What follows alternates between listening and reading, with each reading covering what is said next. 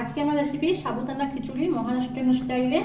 যে কোনো উপবাসের দিন তোমরা বানিয়ে এটা খেতে পারো, খুব ভালো লাগবে। চলো আজকে দেখে দিই আজকে আমার মহারাষ্ট্রিয়ানের সাবু খিচুড়ি। নমস্কার বন্ধুরা, শিলার ফ্রি কুকিং ক্লাসে সবাইকে অনেক অনেক স্বাগত। আজকে আমার রেসিপি মহারাষ্ট্রিয়ানের সাবু খিচুড়ি। তার জন্য এখানে নিয়েছি বড় দানার সাবু। এই খিচুড়ির জন্য বড় দানার সাবুই দরকার। আর এখানে একটা আলুকে সেদ্ধ করে নিয়েছি, ছোটো করে কেটে নিয়েছি। আর কিছু বাদাম নিয়েছি। এখানে বাদামটাকে আমি গুলিয়ে নেব। তো চলো, সাবুদানা বড় সাবুদানাকে আমি রাত্রিবেলা 4 ঘন্টা আগে ভিজিয়ে রেখেছিলাম। তারপরে আমি থালাতে, একটা গর্তওয়ালা থালাতে জল ঝরিয়ে নিয়েছি। এরপর ওতে আমি স্বাদ অনুযায়ী লবণ দিয়ে দিলাম।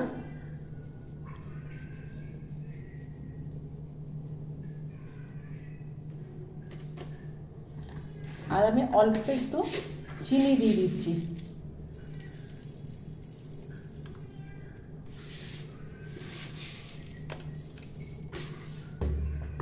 আর কিছু বাদাম যে রেখেছিলাম 50 গ্রাম মতো, আমি বাদামটা আমি গুলিয়ে নিয়েছি, ওই বাদামটা দিয়ে দিলাম।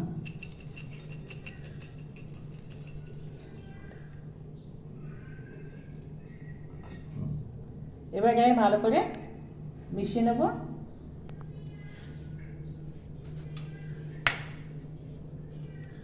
এই হাতার সাহায্যে আমি ভালো করে এটা মিশিয়ে নেব।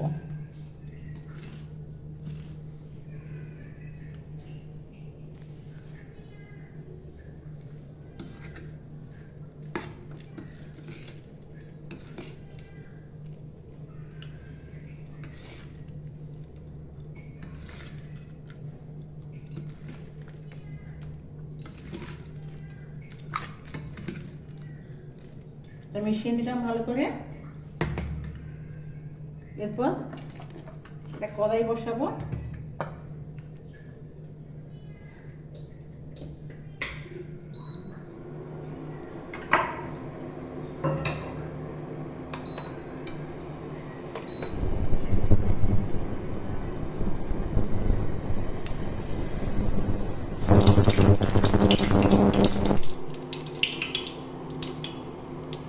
দেবো এতে জিরে, কাঁচা লঙ্কা কুচি আর সেদ্ধ করা আলু। একটু নেড়ে নিয়ে এটা আমি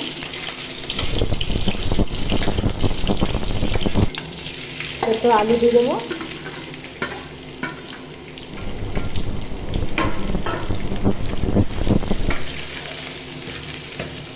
সেদ্ধ আলুটা একটু নেড়ে চেড়ে নিয়ে ভালো করে ভেজে নেব।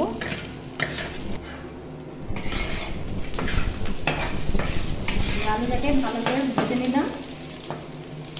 এরপর এতে মেশানো আছে সাবুদানা, বাদাম দিয়ে, নুন চিনি দিয়ে। এটা আমি দিয়ে দেবো এর মধ্যে। এবার এটাকে ভালো করে এর সঙ্গে মেশাবো।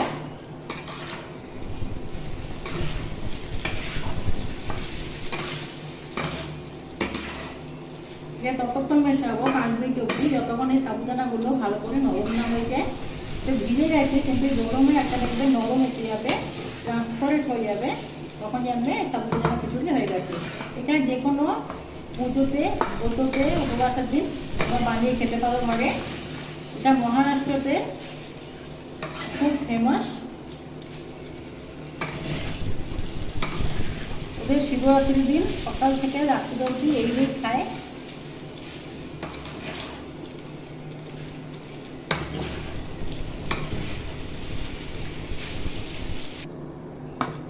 সাবুদানা এখানে ভালো করে সেদ্ধ হয়ে গেছে। দেখো প্রত্যেকটা সাবুদানা এখানে ট্রান্সপারেন্ট দেখা যাচ্ছে। এখানে সাবুদানা খিচুড়ি হয়ে গেছে।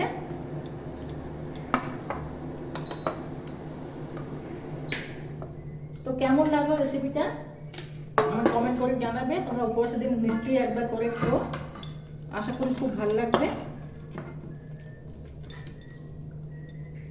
এরকম নিত্য নতুন রেসিপি আপলোড করার জন্য আমার চ্যানেলটিকে সাবস্ক্রাইব করে দেবে। ভালো থাকবে, সুস্থ থাকবে। কালকে আবার কোনো নতুন রেসিপি দেখা হবে। ধন্যবাদ।